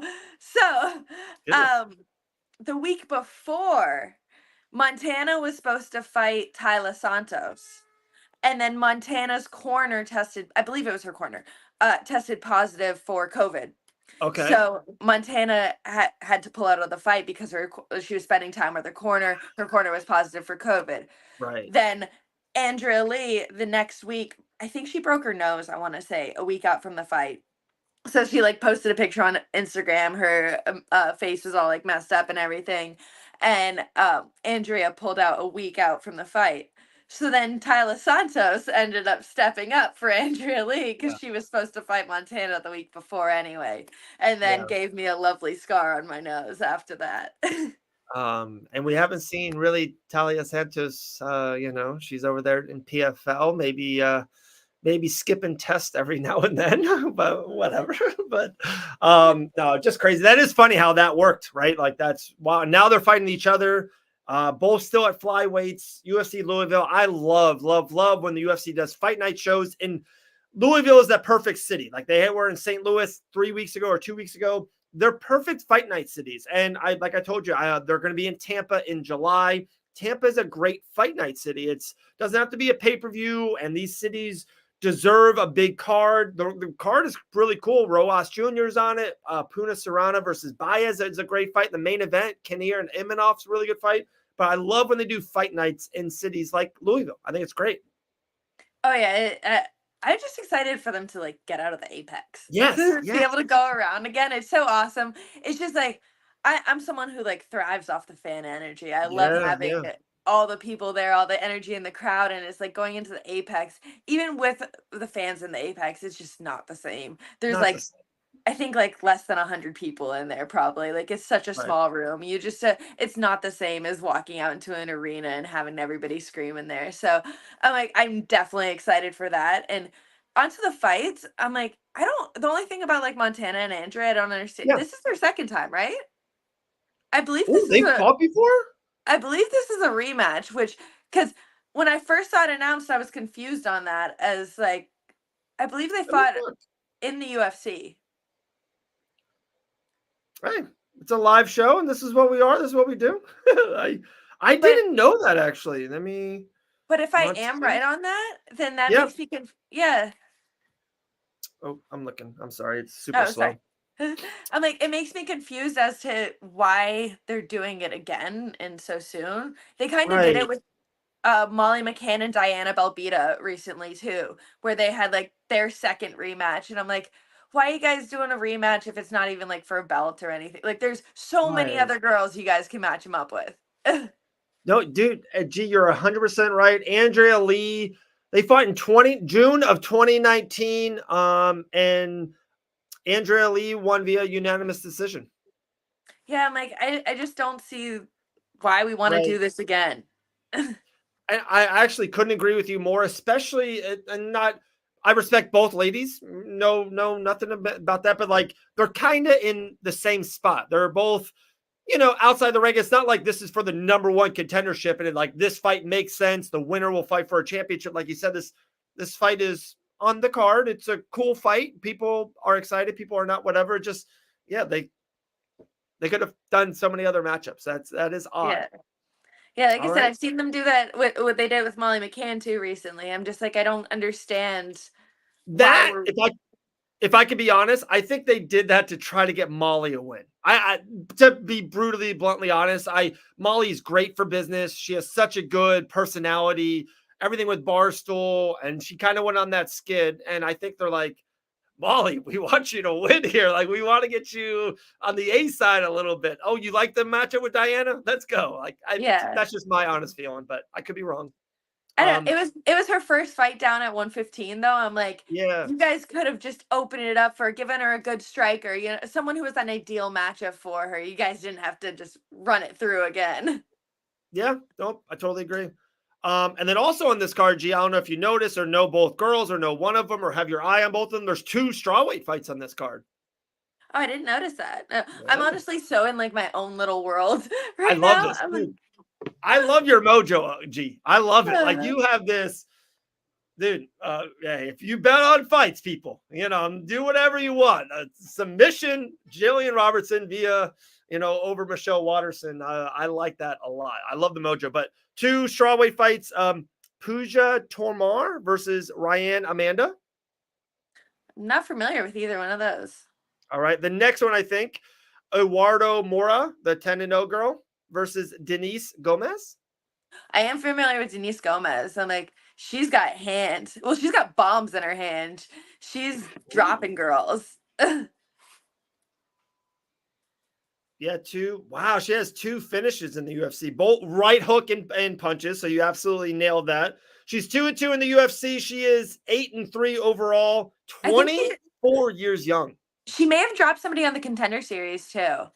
But I just like 100%. Yep, nailed it. So I'm like, I just know that she, like, every time I've watched her, she comes forward. She's a little reckless with her strikes, but when she connects, like, she connects hard. Like, she's kind of like an Andrade style to me. Okay. I love it. And the girl she's fighting, Eduardo Mora, she's 10-0, 1-0 in the UFC. She's 30, both Brazilians. So I almost think it's a step up for Denise, and with the hands in that division, she seems like she's dangerous. Oh yeah, I feel like it's always like you don't see it a lot where there's 115ers that are dropping girls, that can just get that one punch knockout, drop a girl, have that kind of power when you're this size. So I think it's always impressive to watch those girls, and they always kind of like catch my eye. They're always interesting to watch. I love it. Okay, I like this. Also, real quick, what do you think? Main event: Jared Kinnear versus Imanov. To me, it's definitely not a number 1 contendership. I heard that somewhere else in MMA media land somewhere. I'm like, whoa, guys. So 2 weeks from now, you got Chimaev versus Robert Whittaker. Like, whoever wins that fight probably gets it. You still got Sean Strickland, who just beat Costa. He's sitting and waiting. And we all assume in 2 more months, UFC 305 will be Dricus du Plessis versus Israel Adesanya. So, like, I know Kinnear is probably fighting for it. He's like at least a fight away. I don't know. I'm like, I just saw those fights you just named coming up in this next month. I'm like, holy crap. I'm like, it's just going to be a great month of fights this next month. But I think I do favor Cannonier a little bit in that one. I think that, he's just an all around more well-rounded fighter. I think he comes out with the victory on that. But on that you talked about it earlier, but Raul Rosas versus Ricky Turcios. Yes. Like, I love that matchup too. Fight. Fire.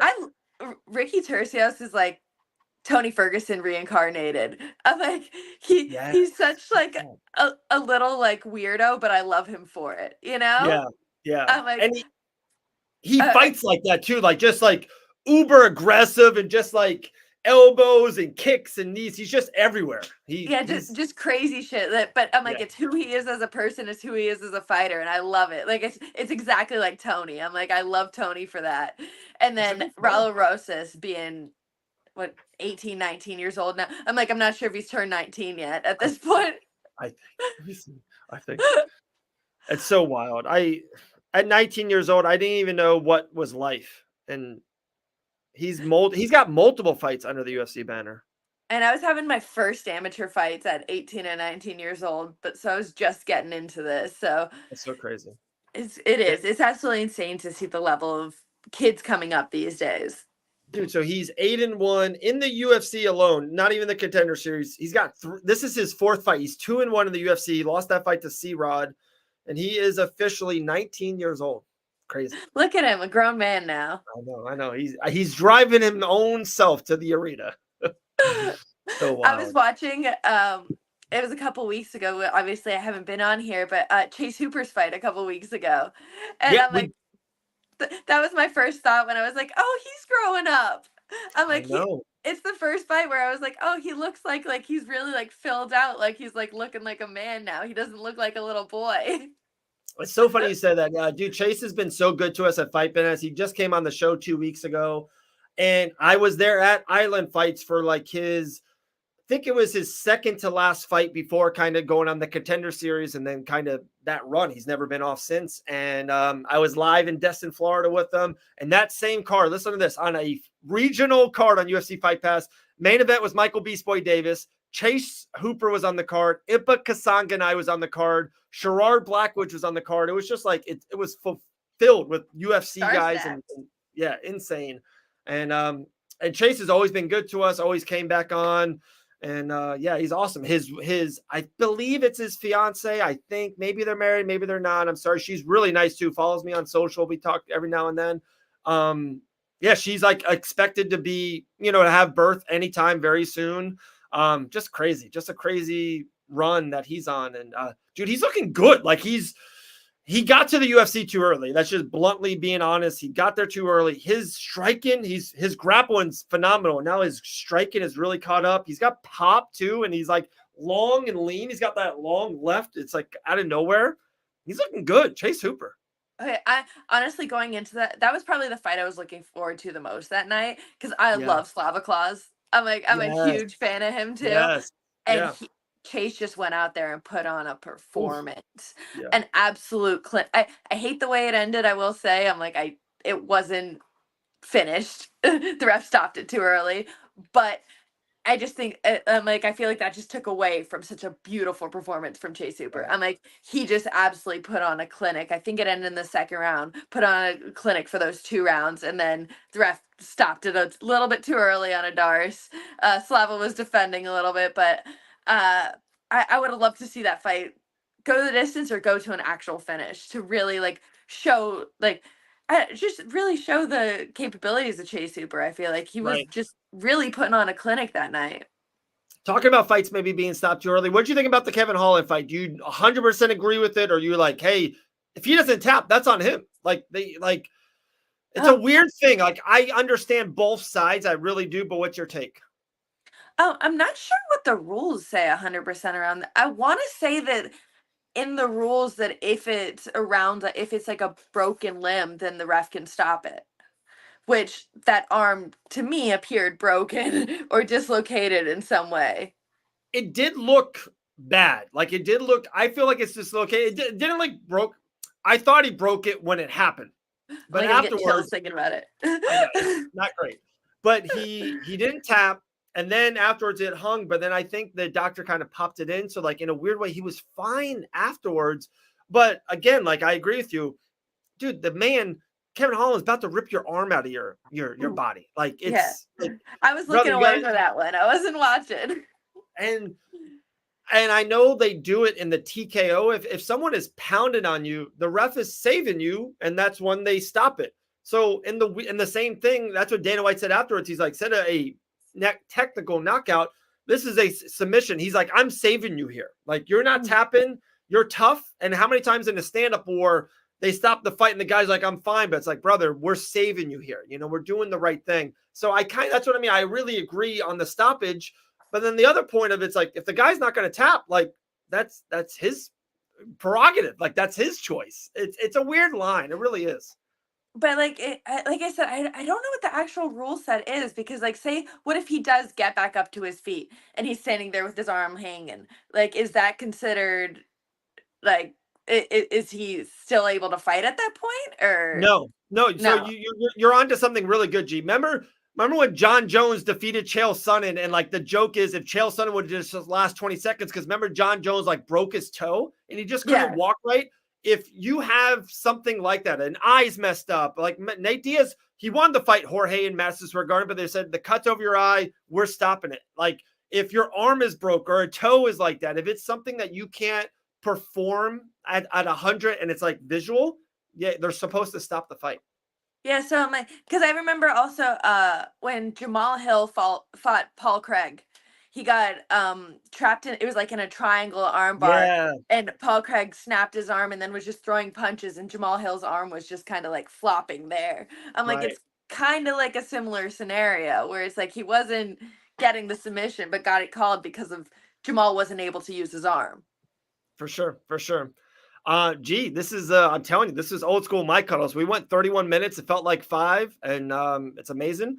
One last thing before we let you go. Our next guy is about to come in, Cam Arnold, here in a second. I don't know if you have any time Saturday night, and I should be more professional and ask you this off air, but we are doing another UFC watch along. Our last one, this past UFC 302, the best thing we have ever done in Fight Finesse ever. 75,000 views on Facebook, just right off the rip. It was so great. But if you're around any at all, it's kind of earlier. We're going to start it at 8, goes like 8 to 10, 10:30. If you're around at all, we would love to have you. If not, totally get it. But if you're around, we'd love to have you on Saturday night.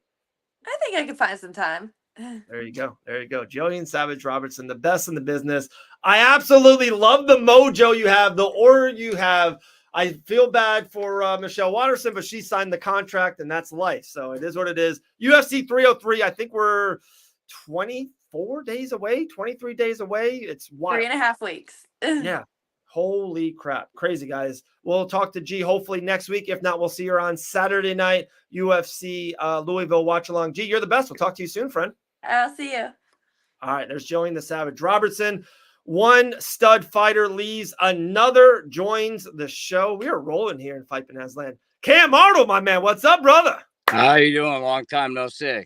I know, man. Dude, I'm telling you, Cam, I do a lot in this space, this MMA space. I absolutely loved around maybe a month ago, 6 weeks ago, heading up there to Bangor, Maine, and watching NEF. I thought the production was awesome. The fighters, you guys were awesome. The show itself was incredible. The fans brought it, and you got a first round TKO, so life was pretty good then, man. Yeah, it was a good night. You know, I had a pretty long layoff, more than I had anticipated. It was over a year, and you know, come back, knock some rust off. You know, I didn't want to finish the fight that way. I really wanted some more ring time, but you know, after my last fight prior to this last one, you know, I can't play with my food no more. That's for sure. We hey, they always say a lesson learned, right? We just keep getting better and better. But Cam Arnold, 3-1, fighting June 29th at NEF 58. Cannot wait for that, my man. So I know last time you trained a lot here in Orlando, Florida, in that Fusion. Are you doing anything like it for this camp? I know it's maybe a little bit quicker. Are you staying up in the Northeast, or where are you at right now? Yeah, I had anticipated going down there about June 10th. You know, there was a wrench thrown into my plan, so I'm not so sure if I'm going to be able to make it for the end of my camp, unfortunately. However, I'm still training every day. I'm training down at Evolution Athletics in Saco, Maine. I'm getting my boxing in over at Cugno Boxing in Lewiston. So the train doesn't stop. You know, I have to put in the work. So with that being said, it's going to be more local this time around. But I will be back down there soon. Awesome, brother, man. I know they love having you down there and stuff of that nature. I know Joe the Party Penafil absolutely loves having you there. He has nothing but great things to say about you. Real quick, back to NEF 57. Around a month ago, you got the knockout. It just seemed you and your opponent were so respectful to each other. Derek Shorley beforehand at weigh-ins, I remember that. Then afterwards, you guys had a lot of good mojo. Is it important for you to have that in a fight, or do you want to be in a rivalry for it? Do you care at all? What's on that? What's your take on that? Honestly, man, like I've met some good guys throughout fighting. I'm not gonna sit here and act like I haven't, you know what I mean? But I've never gone into a fight liking a person, you know what I mean?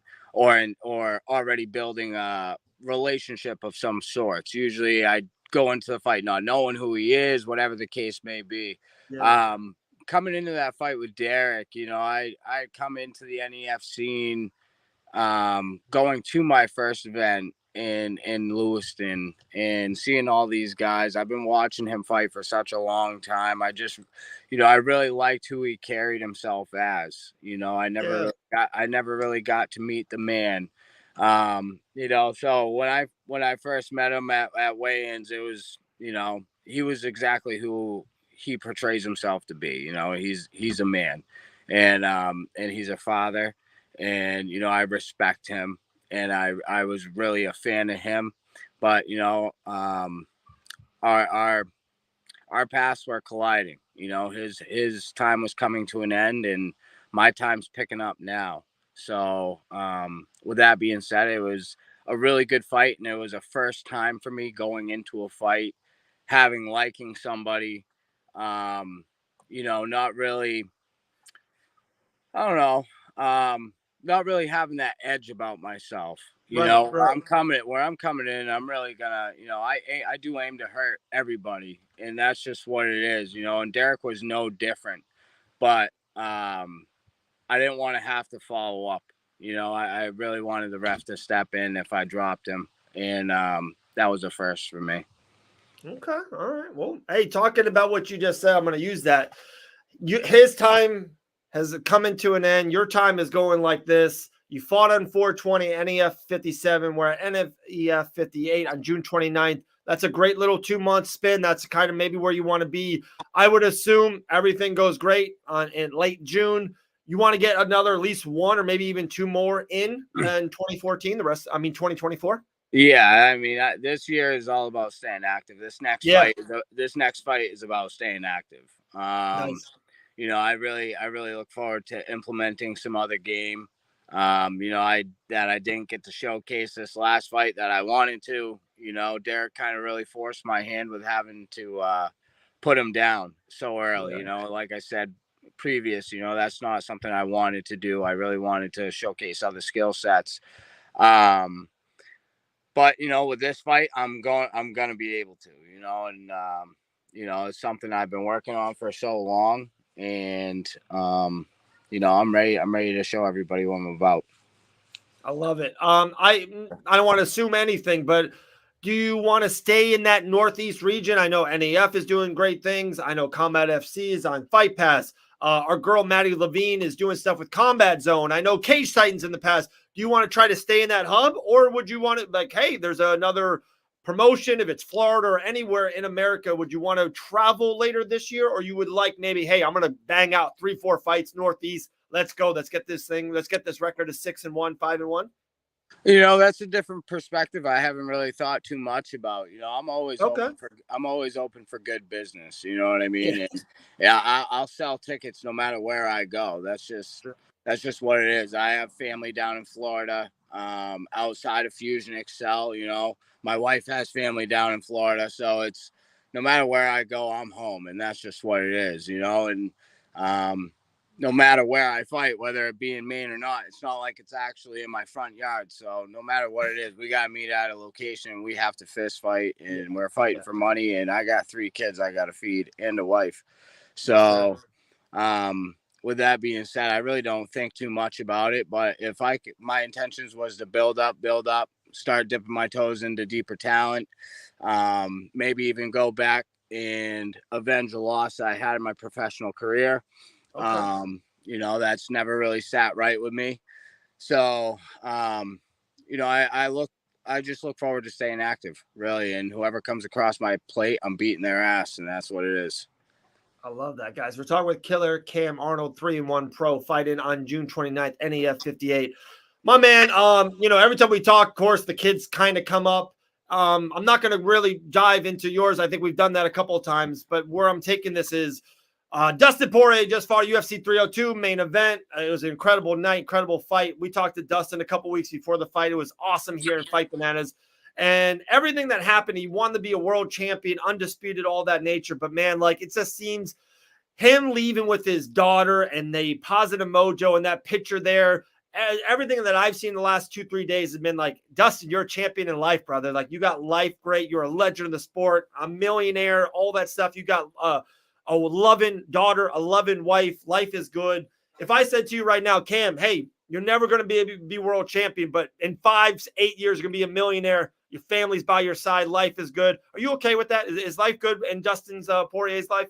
You know, as long as my kid's future is stable and financially secure, that's all I can really ask for. You know, outside of building good characteristic traits for my children and setting good morals for them, financial freedom is what we want for them. You know what I mean? And I think everybody can relate to that. You know, Dustin is somebody that I've really grown to love over the last, you know, couple of years. You know, when he was younger, you know, I wasn't really too much of a fan. I liked him as a guy, but I never really watched him or adored his skill set as it is today. But the more I get to know him, and the more I get to really watch him, I find myself relating to him more and more, you know, and as I hope he comes back, because I love the guy as a fighter now. I really love him as a man, you know, and whatever he does next, I'm sure it will be best for him and his family. And, you know, I can respect that as well. Well, you saying that, it's kind of fun. I haven't heard that. You do hope Dustin does come back and at least one more journey in that dance. There's rumors of Volkanovski could be the fight. Max Holloway could be the fight. How about a trilogy with Gaethje? You do hope he kind of laces them up one more time? Yeah, I do. I mean, I really think that he showed that Islam is beatable, man. Oh, he did. And that to me gave me so much hope as a fighter. I think everybody, especially here in the U.S., has a little fear of the Russians, man. And, you know, they're tough to beat, and they're tough. They're tough people through and through. And, you know, you have to have a really bulletproof mind and a very good skill set to even compete with somebody like that, you know. And Dustin proved that they're beatable, and he proved that he's also, you know, elite of the elite. So true. It's like that famous Rocky line when he hits Drago and he starts to bleed at the end of round 2 or 3 or 4. And he's like, he bleeds. He's a man, you know, like, and it's so funny you say that, because I, in a weird way, have even more respect for Makhachev. I thought, you know, Makhachev to go through that journey, through that dirtiness. And like, I like Makhachev. He's bleeding. He's like, he kind of was like, let's go. Like, I'm a man here. Absolutely. Yeah, you're nodding your head. I actually like Makhachev more today than I did last week. Absolutely. I you know, anybody that shows that type of grit, you have to respect. Right, you know, right. whether they have the best skill set in the game or whatever they do, you know, somebody that grits out adversity, comes out on top, falls short, no matter what the decision is at the end of the day, you're going to hold respect with everyone, you know, and no matter what room you walk into, everybody's going to respect you. And I think that's something everybody wants to have at the end of the day. You know, and like you said, Islam really proved, you know, that he can hang through adversity. You know, we haven't seen him get put through much throughout his career. Right. I totally agree. Hey, Cam, I hope you know this. I respect the absolute shit out of you. You do your thing, always up there. Brother, I see you wearing a shirt of it. Let's sell some merch a little bit. Where's that shirt? Where can people get it? You know, let's sell some merch. Oh, hell yeah. Well, actually, dude, I got one of my new shirts. Woo! Says, don't be a bitch. Let's go. That's something, something I've had an inner talk with myself throughout the years as a kid, whenever I've been scared or felt nervous or no matter what it is. I've always said that to myself, and I've always pushed myself to do things I never felt comfortable doing, and, at the end of the day, it can apply to a lot of things. That's very true, my man. June 29th, NEF 58, Cam Arnold back under the NEF banner. I assume it's just, hey, we got to win and move on. We're winning and moving on and off to the next thing. That's kind of the moral of this fight right here. Staying active. Let's win. Let's keep it going. Yes, sir. I look forward to the rest of the year. I'm not overlooking this next coming opponent. But I'm going to smash this kid. I'm going to move on, look at the next card, see what's available, see what's coming across my table, and assess, obviously, I fully intend on being 4-1 with 4 KO, TKO, whatever you want to call it. Four stoppages, and, rattle off a couple more wins. I could be in a really good position here. So awesome. Cam, man, we love talking to you. I'm not sure if I'm going to be up there or not. I've heard maybe yes, no, yes. I'm not too sure. I do want to be up there for it for sure. If I'm there, I cannot wait. And I'll definitely shake your hand, my man. And nothing but the best to you. Hopefully I see you at the end of June, all right? Thank you, sir. I look forward to seeing you again. If you can make it up here, Lewiston is a great city, man. And the Coliseum is a very historical building. We've had some major fights there. And, it'd be great for you to experience it.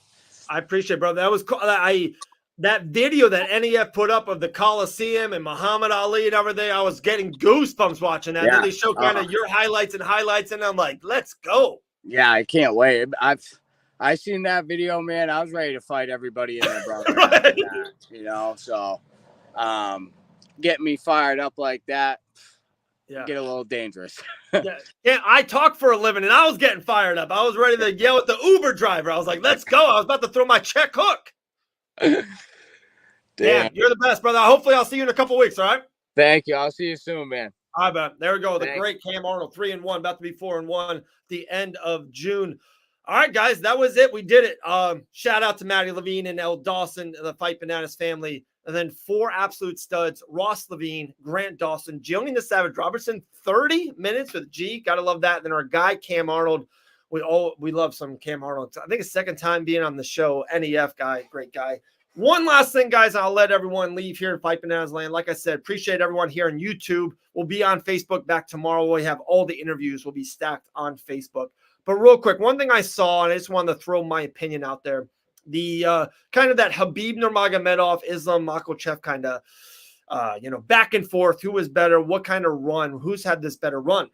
And they threw it out there. The last 4 fights with Khabib Nurmagomedov. He won the title against Ragin Al Aquinta. Remember all the short notice stuff, all that craziness. Ferguson got hurt. There was going to be Max Holloway. He's going to be Pettis. Ragin Al took it. Of course, the mega fight with Conor McGregor. Then he fought who did he fight after that? You guys are probably yelling at me in the thing. Oh, here we go. Oh, of course, Dustin Poirier, who we just saw. And then there we go. Let me go back to the comments. You guys are the best. Islam's better now, I think. And then Justin Gaethje was his last fight.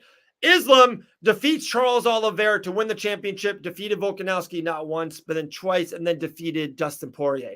Where I'm going with this, guys, and, Khabib, 29-0, is the Eagle, one of the greatest lightweights to ever do it, one of the greatest fighters to ever do it. And there's no disrespect. But what I saw this past Saturday, what Islam Makhachev has done in his UFC career with wins even over Sarukian, Bobby Green, Drew Dober, and more, especially the last 4 guys. And I know Volkanovski's a last weight class lower, but still he's one of the greatest fighters alive today and on the run. The dip on Volkanovski started with Islam Makhachev. So guys, to defeat Charles Oliveira, who is having one of the greatest runs in UFC lightweight history, then Volkanovski twice, and then This Poirier, who we saw just this past Saturday night, to me was better than what Poirier when he fought Khabib Nurmagomedov. This 4 fights, Oliveira, Volkanovski, and Dustin the Diamond Poirier was a better run. Islam Makhachev is on a better run than what Khabib Nurmagomedov did 5-6 years ago. And that's my brutally honest opinion. I think Makhachev's the full package. I think we see Islam kind of outstrike some of the guys due to his wrestling, status and all. But hats off to Islam Makhachev. And I'll close with this. I always say this, a dad and having kids of my own, and Dustin Poirier kind of put it all out there, put it all on the line, said about the last dance and legacy and finishing his story.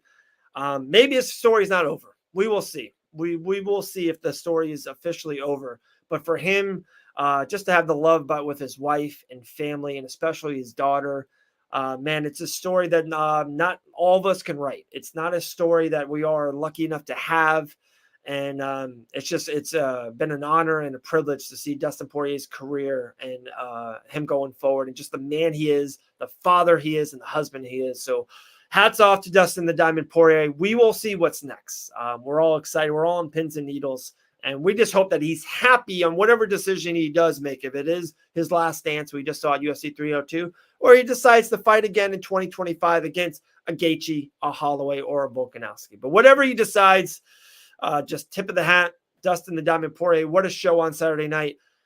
Clean up some stuff, guys. This Saturday night, we are back with a watch-along, UFC watch-along. I will be doing it. We'll have multiple guests joining the show. I think we're going to do more of a people kind of come in and out and have a fun time Saturday night. That's Kinnear versus Makhachev.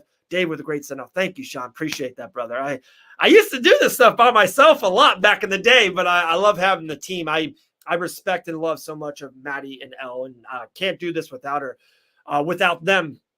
Also, guys, Christopher James started his show, Cage Side with Christopher James. He's back every Monday night. Make sure you check out Fight Bananas, the YouTube channel and Facebook. That's Christopher James. Tonight, Boxing Bananas is back around, I believe, around 9 o'clock Eastern time. The boys, Ray Roberts and John Raffer, will be going live. Tomorrow night, Bet and Bananas.